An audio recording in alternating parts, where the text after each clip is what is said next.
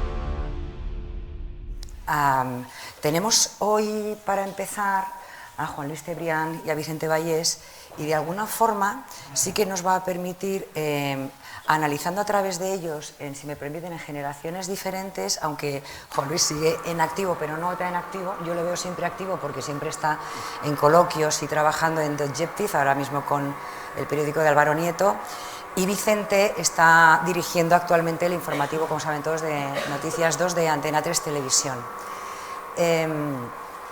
Hay una cosa que me gustó mucho de una conversación que mantuve un día con Vicente, porque cuando vas por la calle con él, alguien de su entorno me dijo, ir por la calle con él ahora mismo es ir al lado de una estrella del rock. Eso es lo que me hubiera gustado ser, ¿eh? Está bien, pero es verdad. Y ahora quiero empezar preguntándole a Juan Luis qué opina del periodismo que hace Vicente Vallés. ¿Nos podemos tutear? Sí, por favor. Vale, porque iba a tratar de donar a todo el mundo. Bueno, no quiero ofender a nadie, pero me parece el único telediario que se hace en este país que es creíble. Y Vicente Vallés, con respecto a la opinión sobre el periodismo que ha hecho y que está haciendo Juan Luis Cebrián. Bueno, yo lo que puedo decir es que yo aprendí buena parte del periodismo que sé leyendo El País de los tiempos en los que lo dirigía Juan Luis Cebrián. Yo estudiaba en aquella época cuando Juan Luis dirigía El País y Y bueno, El País era el gran periódico de referencia en España en aquel momento y lo fue durante mucho tiempo, ¿no? Por suerte creo que eso se ha diversificado, porque tampoco era bueno que hubiera un único periódico de referencia, entonces en aquella época, y yo creo que eso se ha diversificado y ahora hay más medios de comunicación que son una referencia informativa en prensa, en radio y en televisión, y eso creo que es muy bueno. Pero es verdad que el periodismo que se empezó a hacer en España a través del diario El País fue una referencia por el momento exacto en el que aquello ocurrió, que es el tiempo de la transición, por cómo el periódico circulaba en paralelo a la sociedad española, a cómo iba evolucionando la sociedad española para pasar de una dictadura a una democracia. Y creo que el trabajo de los medios de comunicación en aquel momento, muy especialmente el diario El País, aunque no solo, pero muy especialmente, fue determinante para que ese proceso de transición se pudiera realizar como se realizó. La transición en España, por supuesto, la hicieron los políticos de la época, pero no solamente los políticos. Lo hicieron los políticos, la hicieron los periodistas del momento, la hizo la sociedad en su conjunto, de manera que es una suma de cosas, pero el papel que tuvieron los medios de comunicación en aquel momento, y muy en especial el diario El País, fue fundamental. Decía Juan Luis que valoraba tu informativo por el rigor. ¿Cómo consigues, en un momento de polarización política, de muchas presiones e injerencias políticas importantes, de amenazas de dejar de financiar medios de comunicación si no se cumplen las líneas editoriales, presiones políticas, presiones también judiciales, porque desde el gobierno actual se ha puesto el sinónimo de periodismo de investigación a recortes de prensa, y el consumo de las redes sociales, que también quiero abordarlo con vosotros. Pero ¿cómo consigues cumplir con rigor a diario y con esa ecuanimidad la información diaria? Bueno, la base del trabajo y el fundamento del trabajo de los periodistas es contar las noticias. Y a partir de ahí se construye todo lo demás. En los tiempos modernos el periodismo es contar las noticias, pero no puede ser simplemente contar las noticias. Es poner las noticias en su contexto, es analizar lo que pasa, es contarle a la gente lo que está pasando y explicarle por qué está pasando. Hay que explicar el qué, pero no solamente el qué. Hay que explicar el por qué, de dónde viene esto, por qué ha ocurrido hoy lo que ha ocurrido hoy, porque seguramente tiene que ver con algo que ocurrió ayer o hace un mes o hace un año, o la suma de lo que ocurrió hace un año, hace un mes y hace un día. Creo que esa parte es la que nosotros intentamos realizar, no somos los únicos, lo intentan yo creo todos los compañeros de otros medios también, y a partir de ahí es cierto que sí, que hay intentos de injerencia, pero esto no es ninguna novedad, esto es una cosa que ha ocurrido siempre, ocurre en todos los países, de manera que no creo que sea algo que nos tenga que asustar demasiado. Sí que determinada forma de explicar esos intentos de injerencia por parte de quienes tienen el poder para intentarlo, lo que refleja es ese modo de intentar hacer política que se está ejerciendo en estos tiempos. Que no es precisamente el de la democracia como la hemos querido entender, la democracia liberal desde el final de la Segunda Guerra Mundial. Se está hablando mucho, se habla ya hace mucho tiempo de la polarización que existe, y ciertamente vivimos en una sociedad que yo creo que se ha polarizado deliberadamente por quienes consideran que polarizar la sociedad les beneficia políticamente o les permite mantenerse en el poder. Cuanta más polarización hay, más desaparece esa zona centrada, que ha habido, desde luego en la sociedad española la ha habido a lo largo de estos años de democracia y va desapareciendo, desgraciadamente, que es la que ha ido gobernando en realidad, un poco a la izquierda o un poco a la derecha, pero siempre sobre bases sólidas de un compromiso común de todos, que es el compromiso que se sentó con la Constitución en los tiempos de la transición. Y esa parte centrada, que era muy amplia en la sociedad española, se ha ido diluyendo a base de polarizar y extremar las posiciones, ¿no? Y ahora es mucho más difícil que eso pueda prosperar. Eso se ha trasladado inevitablemente al trabajo de los medios de comunicación, porque tenemos que contarlo, porque esto es lo que está ocurriendo, y desde los ámbitos del poder político, no solo político, pero muy fundamentalmente político, lo que se intenta es mantener esa situación de polarización intensa, involucrar a los medios en esa polarización, situar a todos los medios entre los míos y los enemigos, y así ciertamente cuesta trabajar a veces, pero lo seguimos haciendo, y lo seguimos haciendo yo creo que en muchos medios de comunicación, no solamente el mío. Creo que para eso necesitamos seguir contando las noticias y analizándolas con la fe en que lo que hacemos es un trabajo trabajo muy importante para la sociedad. Es determinante para poder seguir haciéndolo que consigamos los índices de audiencia necesarios para que eso sea una fortaleza nuestra, y de momento pues sí lo es, y a partir de ahí pues bueno, es la honestidad profesional que tenemos que seguir aplicando siempre, con los errores que lógicamente todos cometemos de vez en cuando, pero intentando hacerlo de la manera más honesta posible. Claro.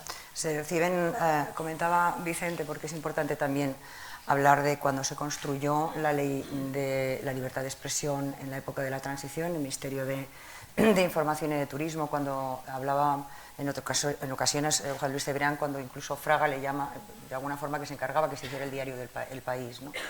Sí que me gustaría ahora ver de alguna forma la comparativa, Juan Luis, que podemos hacer entre la situación del periodismo en ese momento de la transición y el actual.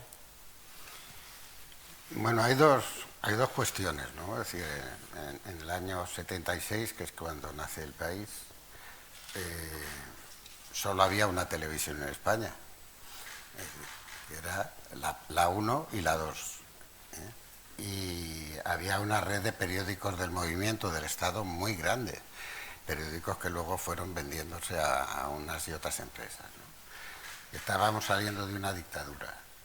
Por lo tanto, es un entorno completamente diferente, marcado por el hecho de que los españoles de entonces queríamos la reconciliación entre los que habían ganado y los que habían perdido la guerra. Y esa reconciliación se fundamentó esencialmente en el acuerdo entre el rey Juan Carlos y el Partido Comunista de España, cosa que el Partido Socialista siempre ha tratado de moderar, ¿no? Pero en la primera reunión de la Comisión Constitucional del Parlamento Constituyente, por así decirlo, aunque no lo era formalmente, Luis Gómez Llorente, representante del Partido Socialista Obrero Español, se abstuvo en la votación sobre la monarquía parlamentaria, y Jordi Soletura, representante del Partido Comunista, votó a favor de la monarquía parlamentaria, y luego Santiago Carrillo, en una reunión del Comité Central del Partido, quitó la bandera republicana, a él personalmente, y quitó la bandera comunista de la hoz y el martillo, y colgó él personalmente ante todo el Comité Central la bandera constitucional de la monarquía parlamentaria. Quiero decir, ese fue un proceso que no se explicó suficientemente, como no se explicó que la evolución del franquismo, sobre todo a partir del asesinato de Carrero Blanco, pues hacía que pasara un poco lo que está pasando ahora, es decir, que la estructura política iba por un lado y la sociedad civil iba por el otro. Y efectivamente España empezaba a funcionar a pesar de Franco, igual que yo creo que esto sigue funcionando a pesar del gobierno y de la clase política. O sea, la situación es muy diferente. Pero yo quisiera añadir una cosa. Estamos en un cambio de civilización que no somos capaces de entender ni de conocer. Y el cambio digital es superior al cambio que supuso la imprenta en el siglo XV, ¿no? Y la imprenta generó un gran desorden, tan grande que hubo unas guerras de religión que acabaron con la vida de decenas de miles o cientos de miles de personas. Desorden que duró más de 2 siglos, ¿no?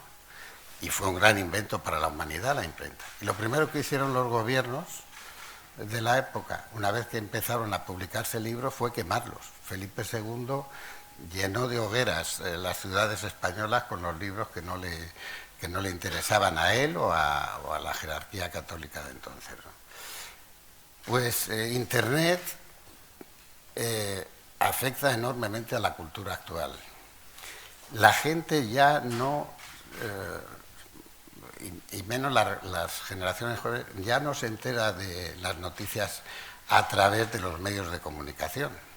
Las redes sociales no son medios de comunicación, son redes sociales, ¿no?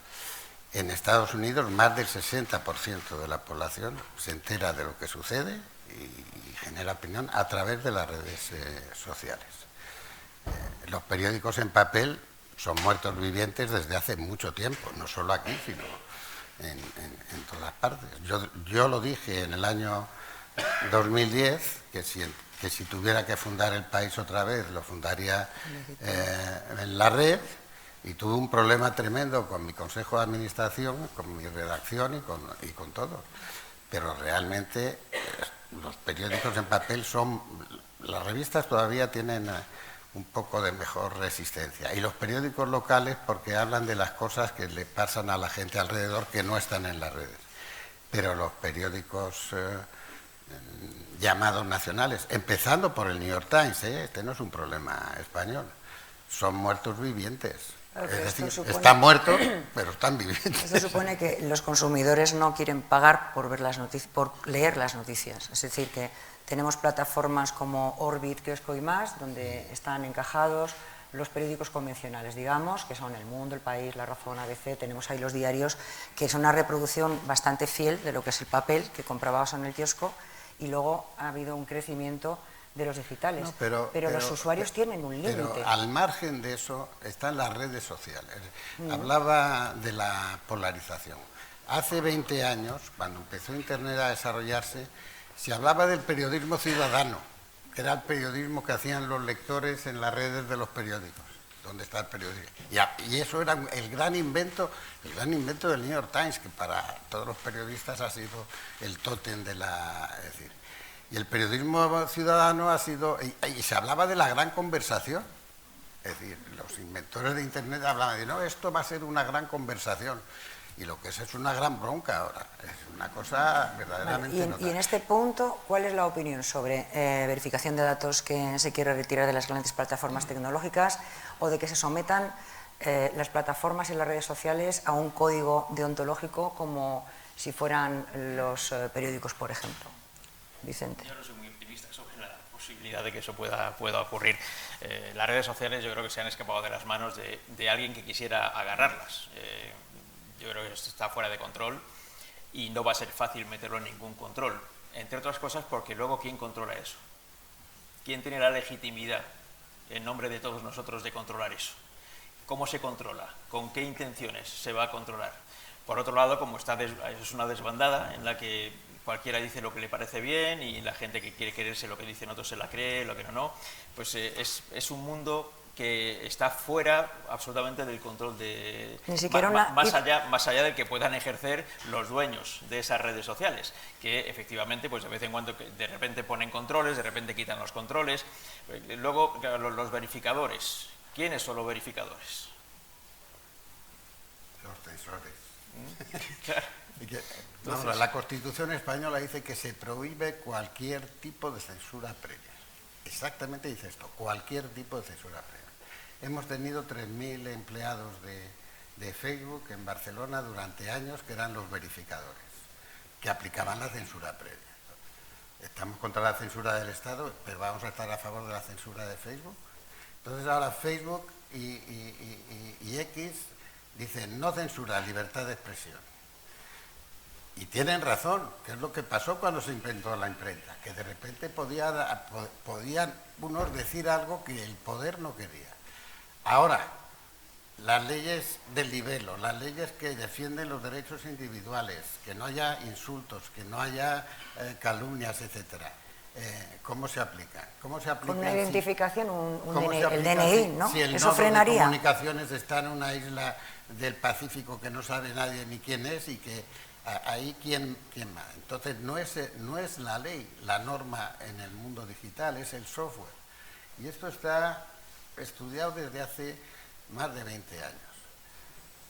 Desde que se inventó la imprenta hasta que apareció algo parecido a un periódico, que era la Gaceta de Teofraste de Benodó, pasaron más de 250 años. No van a pasar más de 250 años desde que se inventó Internet para poner orden en esto. Pero TikTok tiene 8 años. 8 años TikTok. Y es un problema ya entre China, los Estados Unidos y no sé qué. La inteligencia artificial tiene 4 años. Twitter X tiene 15 años. Y Google tiene 30 años. Claro, pero no es hora de que la gente ponga su carnet de identidad para identificar calumnias, insultos o frenar ese tipo de... Su carnet de identidad, bueno, el carnet de riadas que primero, generan mucho cuando yo era joven y hacía periodismo en Inglaterra, el carnet de identidad no existía y no te lo pedían en los hoteles. Quiero decir, la democracia, primero, llevamos 2 siglos de democracia suadizán. Las mujeres no tuvieron voto hasta los años 20 en algunos países, y en los años 60 en el condado de Vaud de Suiza por fin las mujeres obtuvieron voto, ¿no? Quiero decir que no magnifiquemos la democracia que hemos tenido. La cuestión ahora es que el oro y el petróleo de este siglo son los datos de los ciudadanos. Y estamos muchísimo más vigilados, pero no por los gobiernos, sino por el señor Bezos en Amazon o por el señor X en TikTok. 160 millones de usuarios de TikTok en los Estados Unidos de América. 3.000 y pico millones de usuarios registrados de Facebook. Entonces, este es un mundo tan diferente que lo que tienen que hacer los periodistas es tratar de poner un mundo que está siendo desordenado por el sistema político que no responde a las necesidades de este sistema. Es decir, la polarización no es gratuita, no es que nos hayamos puesto muy nerviosos los ciudadanos. La polarización la ha producido Facebook con algoritmos que generaban conflicto, porque cuanto más conflicto, más clics hay. Cuantos más clics hay, más anuncios vienen. 98% de la publicidad del mundo está en las redes. No hay anuncios para los medios tradicionales. Entonces, ¿y qué han hecho las redes? Contaminar a las televisiones, contaminar a las radios. Yo veo ahora a los periodistas, por eso digo que es el único creíble, a los periodistas, y hay periodistas de derechas y periodistas de izquierdas, y además se hablan así, en la bancada de enfrente, dicen y tal. Bueno, y yo digo, ¿y dónde están los periodistas? Ni de derecha ni de izquierda. Porque ha llegado a la polarización. ¿La han provocado las redes sociales, la polarización? La han provocado las redes sociales y los partidos políticos. La democracia camina hacia una partitocracia, pero de manera acelerada. Pero no solo en España lo que está pasando. No es el interés general, sino el poder del partido lo que interesa, sobre la tesis de que se van a transformar las sociedades del poder. Y lo que las redes sociales han hecho ha sido empoderar a la gente. Otra cosa es que la gente las utilice mal. Pero efectivamente ahora hay más libertad de expresión y por lo tanto hay más libertad de insultar, etcétera y tal. Y las redes sociales no dicen a quién corresponde el IP de turno cuando hay una pelea. Es decir, saben ellos quién es el que se esconde detrás del anonimato. No lo saben los jueces. Y aparte de eso, aunque lo sepan, de repente el que está en el anonimato utiliza un nódulo que está en cualquier islita de por ahí, ¿no? Quiero decir, estamos en un mundo, y yo creo que esto es lo que decía Vicente, que hay que explicar el contexto.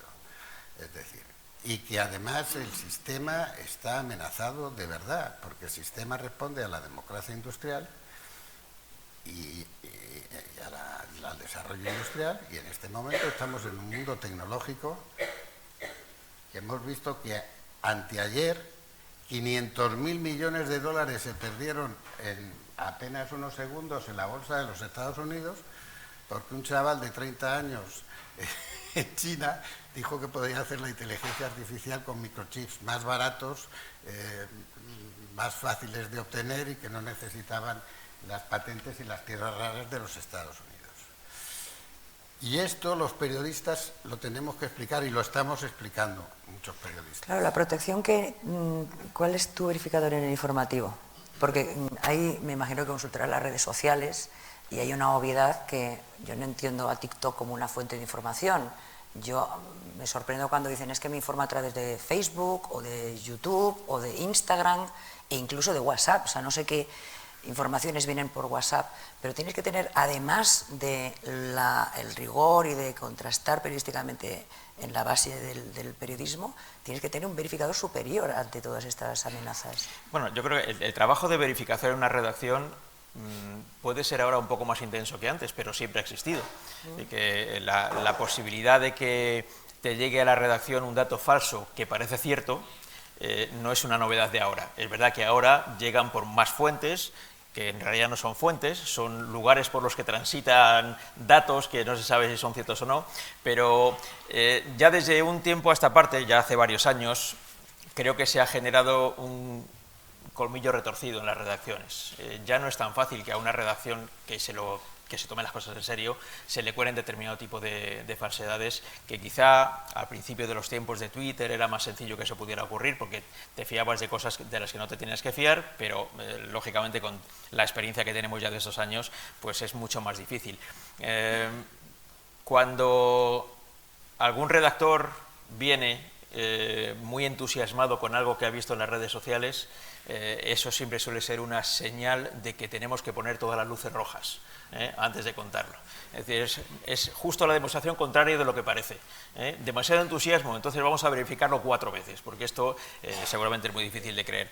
Han ocurrido cosas, no ahora, porque ahora ya es mucho más difícil que eso pase, pero hace algunos años sí, no siempre importantes, pero que sí que te avisan de que puedes caer en errores más importantes. Por ejemplo, se produce un temporal de lluvias muy fuertes y de repente aparecen en YouTube y también en Twitter imágenes espectaculares de una riada que pasa por un pueblo y pone... la señalan de ese mismo día en un pueblo en el que tú sabes que ha habido efectivamente una riada.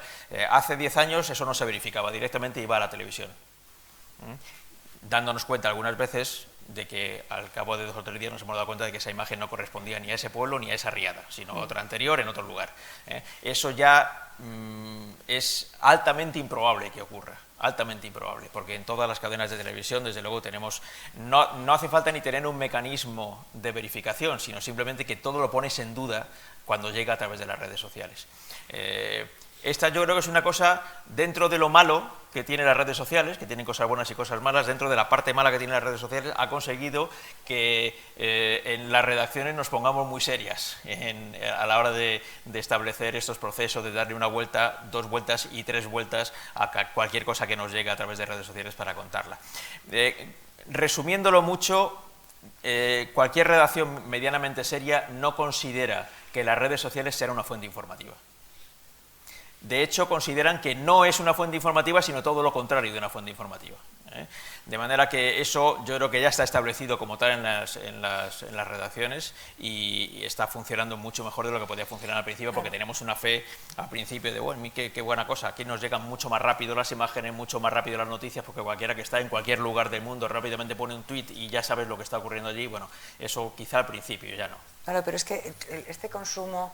la sociedad, además, los chavales no leen los periódicos de papel, no van a las plataformas y se informan a través de estas redes sociales. Y eso también está construyendo en ellos una forma de informarse, de buscar solo lo que les gusta escuchar, y yo creo que eso termina cambiando lo que es el alma social. No solo la gente joven, pero es también cierto que mucha gente que no atiende demasiado a los medios de comunicación tradicionales, cuando entra a las redes sociales, se entera de noticias que han sido colgadas en las redes por los medios de comunicación tradicionales.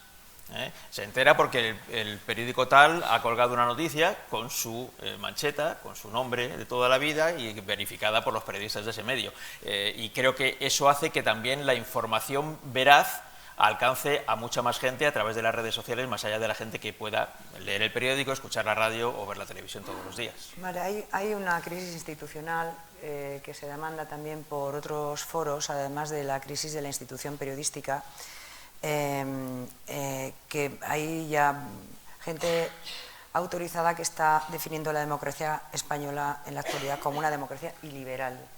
¿Cómo definirías la democracia española en este momento, Juan Luis? No, yo la defino hoy mismo en un artículo, pero en muchos artículos en Diógenes, como una democracia iliberal. Hay que decir que la palabra iliberal la inventó periodista y analista de la televisión americana, Zacarías, y vamos a ver, en los años 80 yo era presidente del Instituto Internacional de Prensa. Porque la prensa no ha sido nunca la verdad revelada, ¿eh? Es decir, en los años 80 había un gran conflicto en Inglaterra con los periódicos tabloides, ¿eh? Sobre los que yo hice una defensa una vez explicando que Salman Rushdie decía que los únicos periódicos que decían la verdad de lo que le pasa a la gente eran los tabloides, que hablaban de los crímenes, de los sucesos y tal, y no de los discursos de los políticos ni de las ruedas de prensa, ¿no? Bueno, pero bueno, entonces hubo una comisión, yo como presidente del Instituto Internacional de Prensa montamos una reunión con la comisión delegada del Parlamento británico que la dirigía Lord MacGregor of Darres. Y el resultado de la comisión fue que los más mentirosos, los principales enemigos y los que más mentían y los más culpables de la desinformación en los países democráticos eran los gobiernos. Y esto sigue siendo así, es decir, pero no los gobiernos solo con las declaraciones o los discursos o las tonterías que podemos escuchar y que dicen, sino simplemente, es decir, el Estado profundo en los Estados Unidos funciona. Y el Estado profundo son National Security, CIA, FBI, DEA. Es que la cantidad de gente que los gobiernos, para no hablar de Rusia y de China, ¿no? Es decir, que los gobiernos tienen dedicadas a obtener información y a desinformar y a calumniar y a generar confusión, están operando en las redes en este momento. No solo los rusos, por supuesto los rusos, pero los partidos políticos tienen marcas blancas también en las redes y generan, bueno, todos tienen, hay 80, 100 asesores en la Moncloa en este momento generando eslogans y generando rumores y generando cosas que unas veces van oficialmente y otras veces van por no se sabe de dónde. Lo que digo es que eso vamos a convivir con ello durante un cierto tiempo, y no digamos con la inteligencia artificial, que te ponen tu cara y tu voz. Y entonces vete a explicar que eso no lo has dicho. Bueno, todavía se nota un poco. Entonces, lo que decía Vicente al principio, lo más importante es el contexto. Las noticias todo el mundo las sabe, ya, todos sabemos, cuando yo leo todavía la prensa en papel por la mañana, leo todos los periódicos de Madrid y La Vanguardia, todos los días por la mañana, y ya sé todas las noticias, porque me han venido por tantos sitios, ¿no? Pero aparte de las noticias está en el contexto. ¿No? ¿Por qué se ha producido esto y a dónde nos puede conducir? Pero esa es la profundidad que le falta igual a la... Y esa es la tarea de los periodistas actuales. Dicho esto, la libertad de expresión no pertenece a los periodistas, pertenece a los ciudadanos. Entonces también hay un movimiento ahora que tuvimos al principio de la transición, que bueno, hace falta un carnet de periodista para ser periodista. Y nosotros decíamos, ¿y por qué? Para escribir de medicina lo que habrá falta es un médico que sepa escribir. Y para escribir de economía y de lo que pasa no sé qué, pues alguien que haya estudiado economía, no que haya estudiado filología, ¿no? Es decir, los periodistas, como los políticos, no tenemos un derecho especial. Utilizamos un derecho de los ciudadanos de manera profesional, igual que a nadie le pides un carné para ser político. Los partidos sí lo piden. Y la partitocracia es el fin de la democracia.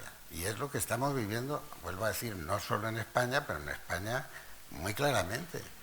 Acabamos de ver que se ha cambiado un decreto ley que tenía 80, un decreto ómnibus que tenía 80 decretos por otro que tiene 36.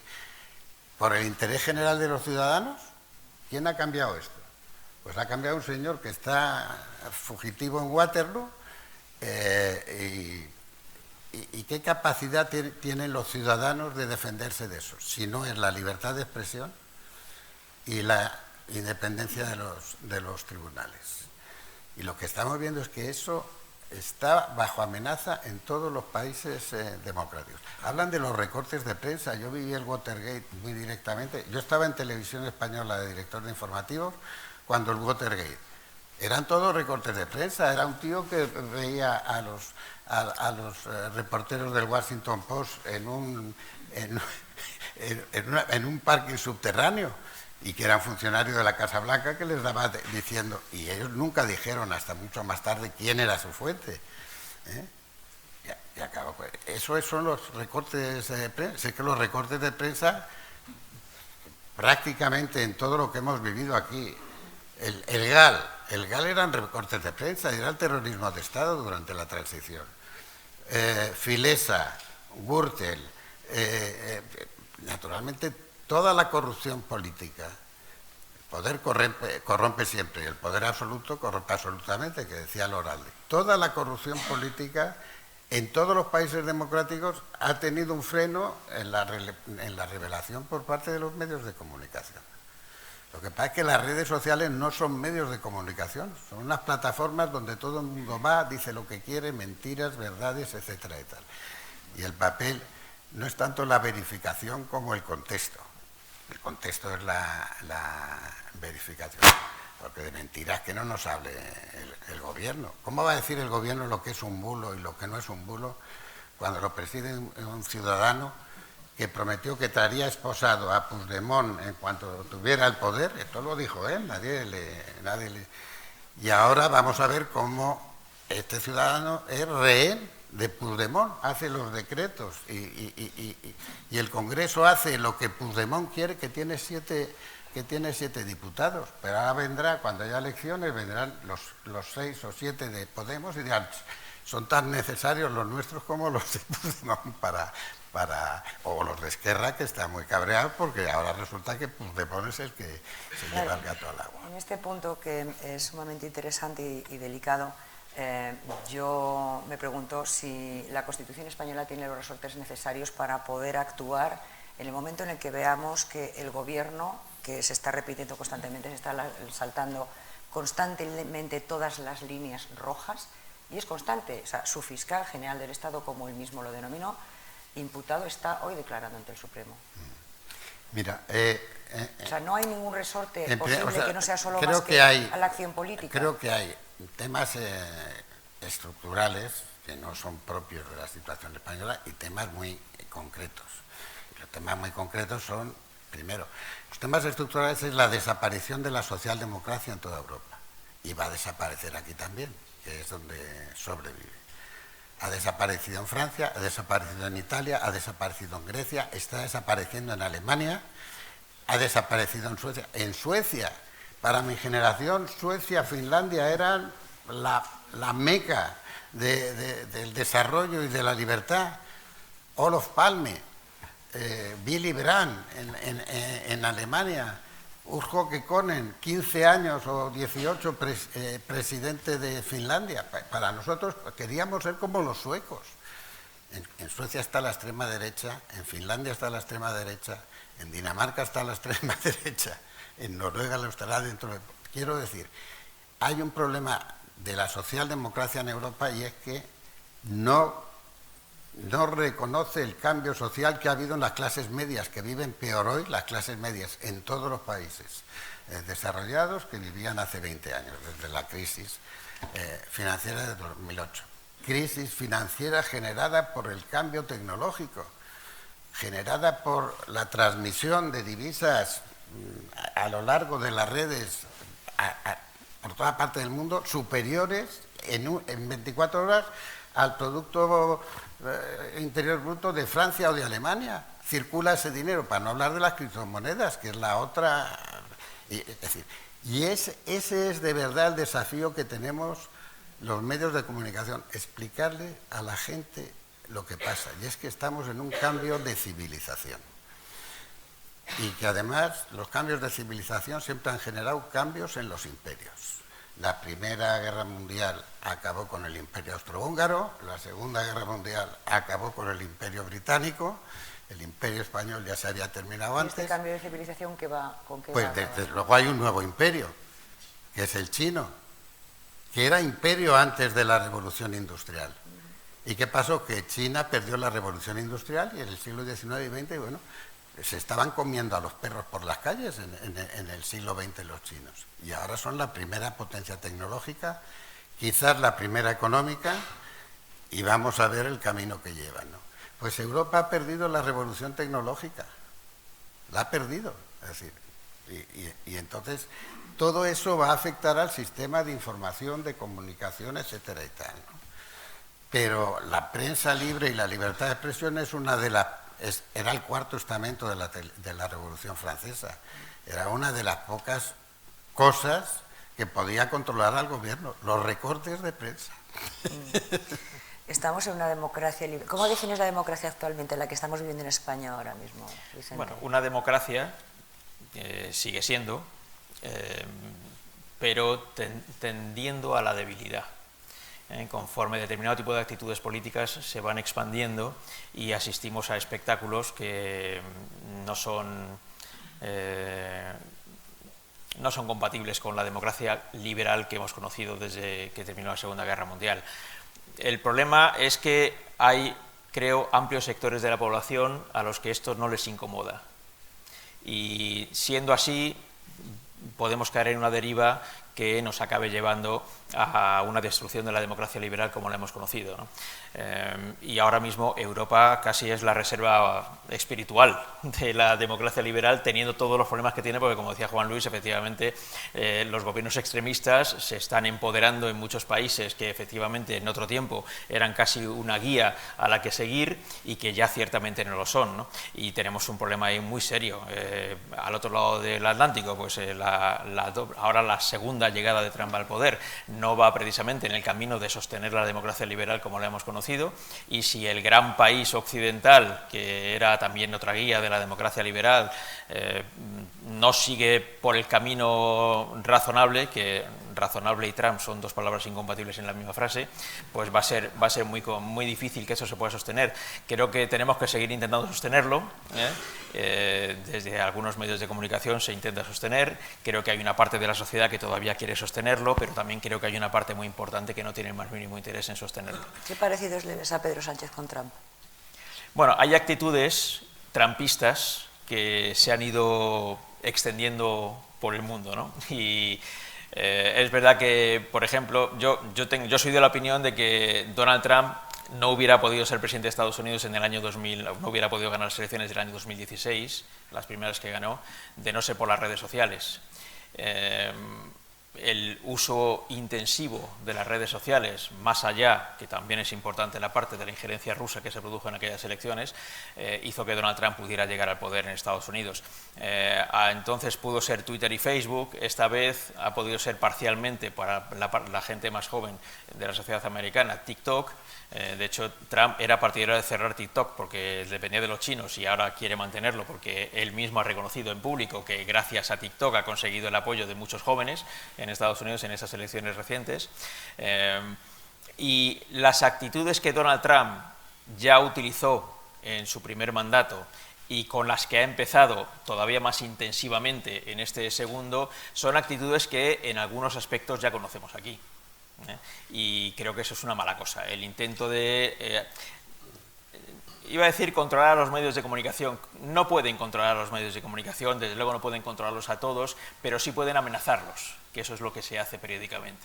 Que si vamos a cambiar la normativa, esto que hablabais antes de los recortes de prensa, los recortes de prensa no pueden ser en los tribunales, pero sí, no solo el caso Watergate al que citaba antes Juan Luis y otros muchos casos que había aquí en España, los papeles del Pentágono. En otros tiempos, que no son recortes de prensa, son documentos que publica la prensa, que es diferente. Son documentos secretos que de repente o que estaban ocultos y que nadie conocía y que de repente se hacen públicos gracias a que existen los medios de comunicación libres en Occidente, ¿no? Y esos ataques habituales a los medios de comunicación, más o menos encendidos, con más o menos posibilidades de prosperar, que yo creo que muchas veces es simplemente amenazas verbales que luego no van a ningún sitio, pero la amenaza verbal es parte del trabajo de polarización, parte del trabajo trumpista que se hace en otros lugares donde no rige Trump, pero que Trump ha conseguido que otros líderes mundiales, no necesariamente de su ideología, utilicen esos métodos también en lugares como el nuestro, como en Europa está ocurriendo, en otros países también, y eso son actitudes que debilitan la democracia liberal, en la que al menos yo quisiera seguir viviendo en los próximos años, que creo que es el mejor sistema que se ha inventado. Como decía Churchill, es el menos malo de los sistemas, o el peor si exceptuamos todos los demás, ¿no? Y se siguen exceptuando todos los demás. ¿Crees que va a haber elecciones antes del verano? No, no tengo ni idea. Yo creo que va a haber elecciones en el momento en el que quien puede convocarlas adelantadamente considere que le beneficia. Si no, llegaremos hasta 2027. Mandando sin gobernar. Bueno, yo he escrito algo parecido a eso. Mandar, quien está en el poder manda muchísimo, más allá de que luego no pueda aprobar las normativas que quiere aprobar, que no tenga mayorías en el Parlamento. El mando se ejerce sin necesidad de pasar por el Parlamento, pues un día en el que quien puede hacerlo da orden a un subordinado para que llame al máximo responsable de una compañía muy importante del país un viernes por la tarde para que se presente en el Palacio de la Moncloa. No lo recibe el presidente, sino que lo recibe un subalterno. El subalterno le dice a ese máximo responsable de una compañía que se tiene que ir, y a la mañana siguiente se ha ido. Y esa compañía resulta ser una compañía que tiene, lógicamente, mucha influencia en el país, por ejemplo, a través de medios de comunicación, porque tiene intereses en medios de comunicación, o tiene una capacidad económica muy fuerte para poner o no poner dinero de publicidad en unos medios o en otros. Claro, pero esa colonización de esas instituciones, está hablando de Telefónica... Sí, pero esa compañía tiene otra cosa, tiene acceso a los datos de todos nosotros. Y asegura que es respetuosa en ese sentido. Pero, vamos a ver, esa compañía firmó con Huawei el 5G. Lo firmó hace nada, en el 2017, 2018. Y Huawei, primero, la hija del presidente de Huawei ha estado perseguida judicialmente en los Estados Unidos, retenida y detenida en Canadá, etcétera y tal. Porque, como decía antes, el oro y el petróleo del siglo XXI son los datos. Pero los datos no son una cosa abstracta, son nuestros datos. Todos los datos. Amazon sabe más de cualquiera de todos los clientes de Amazon que los propios clientes. De luego, de mí Amazon sabe más que yo. Y probablemente pues recibiréis, ya que te les gustan estos libros, han salido estos otros, y ya que te gusta el fútbol, no sé, es decir, o sea, te hacen unas ofertas constantes porque, entonces, y esto es a lo que yo quiero insistir. El subalterno es un secretario de Estado, es decir, no es un subalterno tal, que es el que asesora y prácticamente decide dónde van los cientos de millones de la Next Generation, a qué empresas públicas o no públicas, etcétera y tal. Que se reunió con el señor Barrabés y con la señora Begoña Gómez, el mismo, que ha echado en 10 minutos a Payete. Pero aparte de eso han puesto de presidente a alguien que no era consejero de la compañía, y los estatutos de la compañía decían que tenía que ser consejero durante un tiempo, sin reunir al Consejo de Administración ni a la Comisión Ejecutiva. Los accionistas minoritarios de la compañía pues tenían la mayoría, pero esto es una sociedad cotizada, cuidado, y hay accionistas que han puesto su dinero ahí. Y la CNMV no ha dicho nada. Es decir, y bueno, hay indicios de que ahí se han cometido irregularidades legales severas que han podido y que han afectado al bolsillo de la gente que ha invertido ahí. No pasa nada. No solo no pasa nada, sino que nadie dice nada. Es decir, ¿no? Entonces, claro, si los gobiernos son los primeros que incumplen la ley y encima ocupan los tribunales, que es lo que está haciendo Trump y lo que está haciendo Trump, el Tribunal Supremo americano lo controla absolutamente, y el Tribunal Supremo americano es además el Tribunal Constitucional, es el intérprete de la Constitución, no es un tribunal de garantías como tenemos aquí. Aquí han ocupado el Tribunal Constitucional y no han ocupado el Tribunal Supremo porque no pueden, pero Quiero decir tiene con que esto hacer que el sistema está muy enfermo, por decirlo así. Pero es que vemos que se está enfermando, si es en directo, si lo estamos contando Claro, todos los no, no, días, Juanito. bueno, sobre todo está Pero enfermo es que- porque le dan veneno, entonces, claro. Claro, pero es que lo he preguntado antes, pero me he quedado todavía sin entender muy bien la respuesta. ¿No hay resortes para parar la colonización y el secuestro de las instituciones? Tú has hecho listas en los informativos que no te llegaban en la Los pantalla. resortes son los jueces y los medios de comunicación, Pero los que jueces- son, es decir, la independencia de los tribunales y el cuarto estamento o el llamado cuarto poder. Jefferson decía, cuando no era presidente de los Estados Unidos, como la libertad de expresión es fundamento de nuestra democracia, entre gobiernos sin periódicos o periódicos sin gobierno, me quedo con esto último. Pero luego fue presidente. Y entonces empezó a decir que los periódicos mentían, calumniaban, etcétera, y tal, y no sé qué, y empezó a tratar de perseguir a los periódicos. Que es lo que dice, los principales enemigos de la libertad de expresión en los países democráticos, no digamos en los no democráticos, son los gobiernos, es el poder político, ojo, y económico, porque no vamos a mirar a otra parte diciendo hasta qué punto, en definitiva, los oligarcas, como los llama ahora, de todo género, pues considera, y además en un sistema de partidos que necesita una financiación formidable para los procesos electorales. Claro, que Elon Musk ha dado 250 millones de dólares a la campaña de Trump, Claro, es que pero había dado cantidad de millones a la campaña de Biden antes, porque lo que defienden es los intereses económicos. Entonces, quiero decir con esto que esto va para largo. Para largo pueden ser 10 o 20 años. Es decir, no 2 siglos y medio como pasó con la invención de la imprenta, pero esto va para largo. Y vamos a ver si la situación mundial se estabiliza. Porque pero aquí no se habla de Gaza, ya de la guerra de Ucrania no se habla nada. Más de 200.000 muertos en la guerra de Ucrania, ¿eh? Más de 200.000 muertos.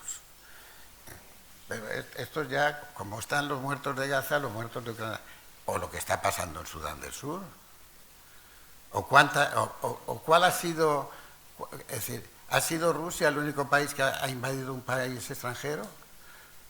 Los Estados Unidos invadieron República Dominicana, la isla de Granada y Panamá después de la Segunda Guerra Mundial, invadieron Vietnam, Afganistán lo ha invadido todo el mundo, Siria, ¿para qué contar? Sudán, Somalia, es decir, ¿de qué estamos hablando?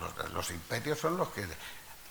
Más de 100 bases norteamericanas en 60 países del mundo.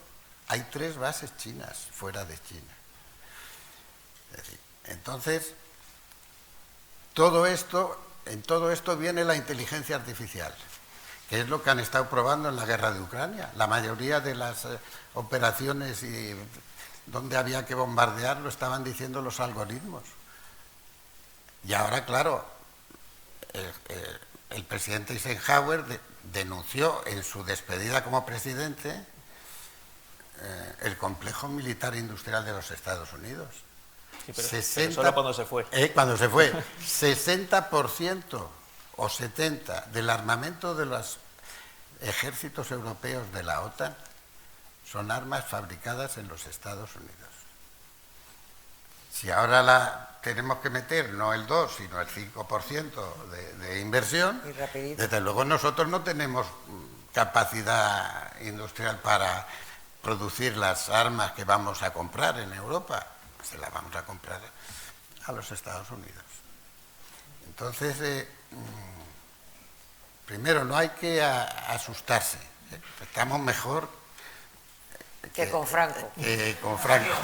La comparación también, por favor, me recuerda que es la anécdota del padre Juan Luis Cebrián cuando venía de Guinea Ecuatorial de viaje, que se trajo 2 loros, uno se le murió en el camino y la mujer, tu madre no quería que estuviera el loro en casa y mandó el loro a la redacción. Y dime, por favor, ¿qué gritaba el loro? No, en la redacción mi padre fue director de Arriba y yo como niño iba muchas veces a la redacción de Arriba. Ahí conocí, cuando yo tenía 10 años, a Camelio José Cela, a Torrente Ballester, a tanta gente, ¿no? Pero entrabas en la redacción y le habían enseñado a hablar al loro porque le daban vino y cacahuetes, ¿no? Y el loro decía, Franco cabrón, Franco cabrón. Era la libertad de expresión. Indirecta. Pues Franco ha vuelto, Vicente. Sí. Yo creo que en la transición había cuando ya pasaron unos años, en aquellos tiempos que algunos decían del desencanto, que hubo una película de Javier Chávarri sobre esto, que decían que contra Franco vivían mejor, ¿no? Y creo que eso está resucitando, ¿no? Es que contra Franco se vivía mejor. Bueno, sí, en este proceso permanente de generar polarización en la sociedad, pues Franco es un elemento más que puede generar polarización y traer a Franco a la actualidad como si eso fuese posible, que no lo es, pues bueno, pues pretende convertirse en una herramienta más. Creo que este centenar de actos que dicen que están convocando para este año sobre este asunto... No, creo que han convocado solamente uno, se les van a acumular sí, ha habido uno, sí, lo van a tener que compilar hacia el final, hacer varios diarios, ¿no?, cuando se acerque el final del año. Creo que es uno más de otros varios elementos que desde el poder político están intentando encajar para el caso de que haya que convocar elecciones este año. Que seguramente no es una decisión tomada, pero sí quieren tener la previsión de que todo esté bien ordenado para el caso de que eso sea irremediable. Y en el caso de que sea irremediable, pues Franco será un elemento más de campaña electoral. Hay que recordar que, estoy hablando de memoria, pero cuando exhumaron los restos de Franco, eso ocurrió el día antes de empezar una campaña electoral. Y en una visita del presidente del gobierno, quizá la recuerden, al Valle de los Caídos, a ver cómo iba el proceso de trabajo, la exhumación de los cuerpos, la exhumación de huesos y tal, eso fue también el inicio de otra campaña electoral, de manera que no sería extraño que estuviéramos en otro momento en el cual Franco nos ayuda a lanzar una campaña electoral. Ya digo, yo no creo que esa decisión esté tomada, la de convocar elecciones este año, pero sí que como las cosas son como son, pues si a lo largo del año llega un momento en el que por alguna circunstancia, más allá de lo que pueda decir Tezanos, en Moncloa consideran que tienen la posibilidad de, no sé si ganar las elecciones, pero sí de conformar otra vez gobierno, porque ya como no hace falta ganar las elecciones para gobernar, pues ya no es necesario eso, pues si ven que tienen posibilidades y que las cosas están bien puestas para que eso se produzca, con todos estos elementos colocados sobre la mesa, pues es un elemento más, ¿no? Bueno, yo creo que, no sé si esto va muy lejos o no, más allá del primer acto, porque luego ya yo creo que poco se va a informar de los demás, salvo que intenten hacer algo muy trompetero, ¿no? Pero difícilmente va a tener eso ya mucho eco. Pero ya digo, los elementos se van colocando para el caso de que llegue la circunstancia en la cual pues, se considere desde el poder político que adelantar las elecciones sería conveniente. ¿Qué beneficios le puede traer a Sánchez hacer estos actos, estos 100 actos previstos para la memoria de Franco? Políticamente, porque es una herramienta política. En primer lugar, Sánchez, como decía Vicente, Sánchez no tiene ningún plan. Le vale cualquier plan, con tal de que él siga ahí. O sea, y segundo, tiene 60, 80 asesores que le están haciendo frases todos los días. Estas frases que él dice, hay un tío que está, o una tía que está ahí redactando, ¿no?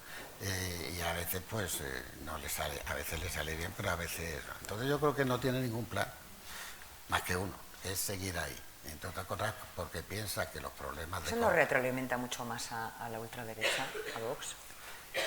Bueno, y debilita Vox PP, está creciendo, entre otras cosas porque está creciendo la ultraderecha en todos los países democráticos, porque a ver, yo no creo que el crecimiento de la pensamiento ultraderecha... woke y el pensamiento queer ha sido derrotado en las elecciones norteamericanas y hay un crecimiento de la ultraderecha fruto, como vuelvo a decir, de que las clases medias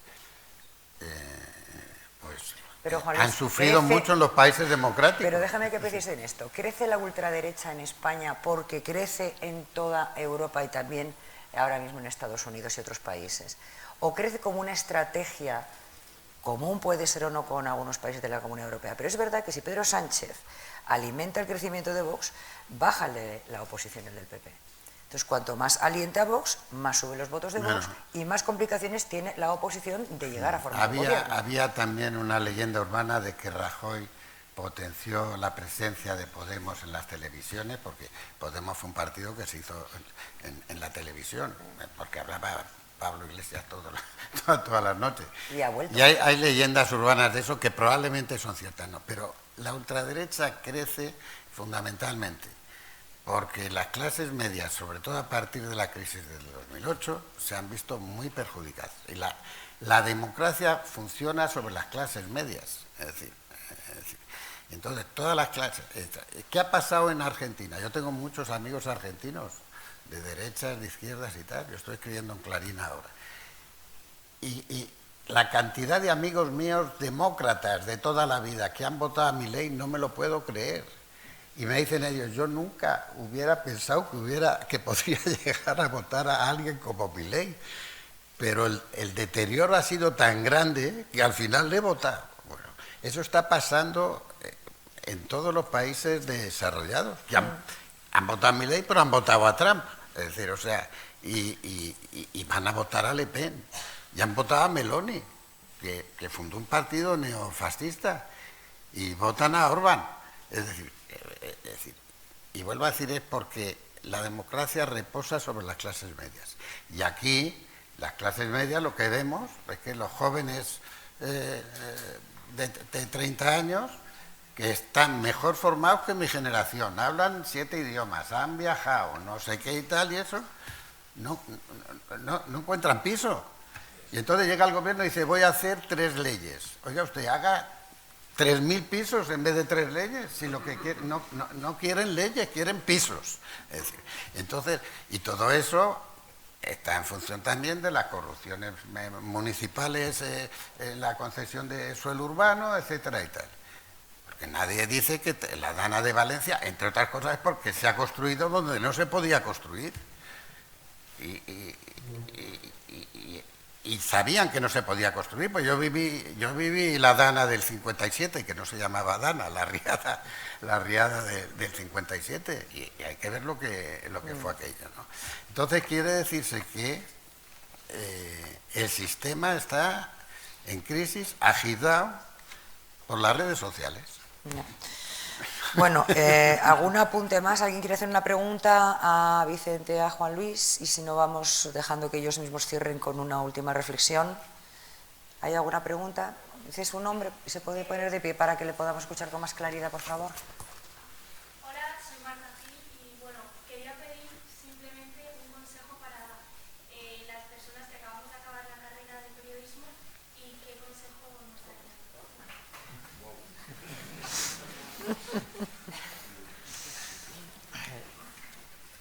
Yo me recuerdo a mí mismo terminando la carrera de periodismo hace ya muchos años y pidiendo consejos también, porque teníamos mucho miedo los que salimos en aquella generación de periodistas que salíamos de la facultad, mucho miedo de quedarnos colgados de la brocha. Hemos estudiado lo que queríamos estudiar, hemos peleado mucho por ser periodistas y ahora resulta que no tenemos dónde ejercer la profesión, ¿no? Bueno, la buena noticia es que la mayor parte de los compañeros de aquella promoción hemos coincidido en diversos medios de comunicación o cubriendo noticias porque trabajábamos en medios de comunicación. Ahora son otros tiempos, pero con muchas dificultades. Pero, por ejemplo, ahora hay más medios de comunicación de los que había cuando yo terminé la carrera, de manera que la cosa no tiene por qué ser tan dramática. Como es natural, como los tiempos han cambiado, la tecnología ha cambiado, la naturaleza de los medios de comunicación ha cambiado, todo eso supongo que ya está adaptado también a los temarios de las facultades y de esa parte de la formación que yo no di porque no existía nada de esto en aquel momento, pues ahora sí que existe y sí que lo dais, ¿no? Y sí que salís preparados para ello. Lo fundamental al final del trabajo del periodista es saber de lo que habla. Esto ha sido así hace 200 años, hace 100, hoy, y si sigue existiendo la profesión en el futuro, seguirá siendo eso la base fundamental, saber de lo que se habla. Para saber de lo que se habla, la primera base es, más allá de lo que habéis estudiado en la universidad, es estar pendiente de las noticias. Esto es el desayuno, la comida y la cena de un periodista. No se deja de ser periodista a las 3 que ha acabado mi turno de trabajo. Dejas de hacer algunas cosas, pero no dejas de estar enterado de las noticias. Y a base de eso, el suelo fundamental de vuestra formación lo vais cubriendo muy bien. Cuando entran nuevas jornadas de becarios en las redacciones, entran muchas veces preocupados por, ay, yo no sé si voy a saber manejar, no me han enseñado cómo se maneja este software que utilizáis aquí, por ejemplo, para edición de vídeo, como tenemos en las televisiones. A mí me da igual, porque sé que tardáis 10 minutos en haceros con eso. En 10 minutos no se aprende de qué van las noticias. Eso tiene que venir de tiempo atrás, de una formación mucho más larga. Entonces, a mí lo que me preocupa es que si yo a alguien que entra nuevo en la redacción lo tengo que mandar al Congreso de los Diputados, lógicamente no tiene que conocer a los 350 diputados, pero a los fundamentales sí. Tiene que sonarle la cara y el nombre de los portavoces de los grupos parlamentarios. Es verdad que ahora son muchos, porque como hemos metido a 20 partidos en el Parlamento, es una barbaridad, pero al menos a esos 20 hay que conocerlos. Hay que saber de qué van y te tienen que sonar las noticias. No te lo tienes que saber todo porque estás empezando, pero te tienen que sonar las cosas para que a partir de ahí puedas construir tu propia personalidad como periodista. Y eso yo creo que es lo más importante. Bueno, yo, junto con Federico, que está aquí, yo creo que soy de los presentes el que más tiempo ha estado en el periodismo activo y de alguna manera sigo en él. Yo empecé en periodismo en el 1962, más de la mitad de la audiencia no había nacido en 1962. Y no he hecho más que periodismo toda mi vida, y además periodismo fundamentalmente de periódicos, breve paso por televisión y responsabilidades en la radio, etc. Pero en fin, yo soy un periodista de papel, o sea que fijaros, ya he renunciado a cualquier futuro. Y una de las cosas que he hecho es, creo, nunca dar un consejo a nadie. Porque los periodistas no estamos para dar consejos, ni estamos para predecir el futuro, estamos para contar lo que pasa. Ahora, si me tengo que arriesgar a darte un consejo, es que leas mucho. Es decir, porque además como ya la prensa de papel pues no existe y tal, y leer en el teléfono es muy complicado y tal, que leas mucho. Es decir, o sea, que efectivamente lo importante es el contexto, ¿no? Y que desconfíes del poder. Que desconfíes del poder económico y que desconfíes del poder político. Porque el poder es enemigo siempre de la libertad de prensa. No porque sean malvados ni porque sean tal, sino porque quieren que las cosas sean como ellos mandan y no como quiere la gente, ¿no? Pero te doy este consejo, pero me arrepiento de haberlo dado. ¿Y le puedes dar un consejo de cuando alguien le despida de un periódico que ha dirigido, por ejemplo? ¿Qué tiene que asumir un periodista cuando es despedido después de tantos años de entregar su vida a un periódico? No, a mí bueno, vamos a ver, es decir, yo me jubilé queriendo jubilarme yo en el año 2017 y además estaban encantados de que me jubilara porque pero yo había preparado un plan de sucesión que no fue admitido por algunos accionistas, por los accionistas ahora relevantes en la compañía, ¿no? Que mucho tenían que ver con la Compañía Telefónica Nacional de España. Entonces, a mí me ofrecieron, yo no lo pedí, escribir. Me dijeron, oye, ¿quieres escribir? Dije, ¿cómo no voy a querer escribir? Si llevo aquí 40 años, pues prefiero llevar 48, ¿no? Y me dijeron que que podía ser presidente o no. Y a eso me negué. Y entonces me negué, pues porque no quería, porque me parecía una cosa rara esto de ser presidente de honor. Habíamos tenido un presidente de honor que era José Ortega, pero que no era periodista, que era el hijo de Ortega y Gasset, y que además pues no trabajaba, pero había sido el primero que había encabezado la empresa, ¿no? Y no tuve ningún problema en mi jubilación, salvo que yo no quería ser presidente de honor. pero sí insistieron tanto, pues que al final lo acepté para...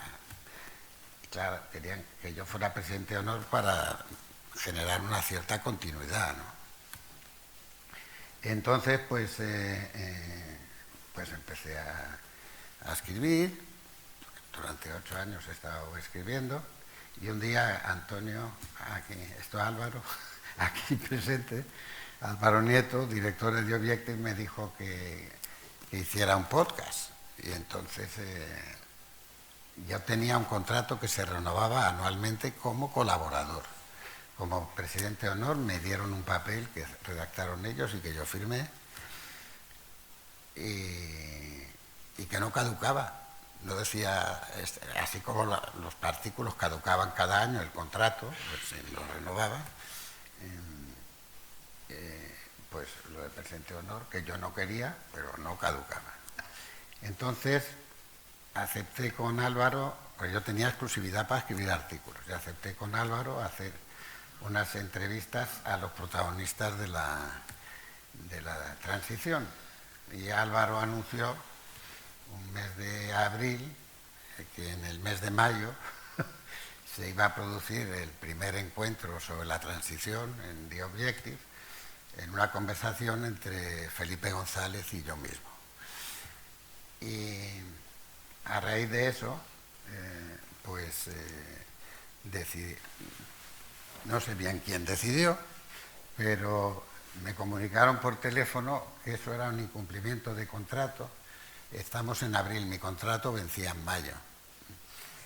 Que eso era un incumplimiento de contrato y que por tanto Prisa Media, que no sé qué, era una compañía que no existía cuando yo presidía Prisa Media había decidido destituirme como presidente de honor por haber roto un contrato y desde luego había decidido que tal. Yo les dije que no había rescindido ningún contrato, pero que mi contrato finalizaba en mayo y estábamos en abril. Y segundo, que yo no quería ser presidente de honor, que ellos lo sabían porque era... Entonces les ofrecí, mira, yo dimito ya de presidente de honor y hago un artículo. Llevo 48 años o 47, 48 años llevaba escribiendo en este periódico. Durante los 14 años casi que lo dirigí, mi nombre salía en primera página, no porque yo quisiera, sino porque se empeñó la empresa. Además que por lo visto me he enterado otro día que es que lo dice la ley de prensa. Ningún director de periódico sale ahora en la primera página. Pero mire, y entonces dije, bueno, me puedo despedir de los lectores. Yo me despido de los lectores, dimito y tal, y se acabó. Ya no... y me dijeron que no. Y entonces que quedaba despedido. Y dieron la noticia de mi despido. Estaba yo en la academia, la conversación fue a las 5 de la tarde del jueves, que estaba yo en la academia, y a las 6 dieron la noticia de mi despido. Yo recibí el papel de mi despido a las 9 de la noche del viernes, y por lo tanto lo que estaba claro es que no es que querían que dejara de escribir ni que dejara de ser presidente de honor, querían decir que me habían castigado. Hay una frase de Luis Marianson respecto al ABC, que él habla del ABC verdadero, que era el que él dirigía. Yo empiezo a hablar del país verdadero, que no es el que yo dirigía, sino el que dirigí yo y todos los demás que me siguieron hasta la actual situación. Yo creo que es un periódico orgánico del poder político. Muchísimas gracias por este tiempo y por puntualizar. Hay dos cosas que yo aprendí también de los dos. Juan Luis habla siempre de mantener periodísticamente la independencia y no tener miedo. Y de Vicente le pregunté cómo lo haces, porque parecía fácil, y me dice hechos y memoria. Y subrayo con la dignidad. Un periodista siempre tiene que mantener la dignidad, porque la profesión nos va en la vanidad, para arriba, para abajo, tienes grandes contratos muy presentes, muy visuales, y parece que eres algo y eres el mismo el de siempre. Yo creo que la dignidad es una característica que no hay que perder nunca en ninguna situación. Muchísimas gracias.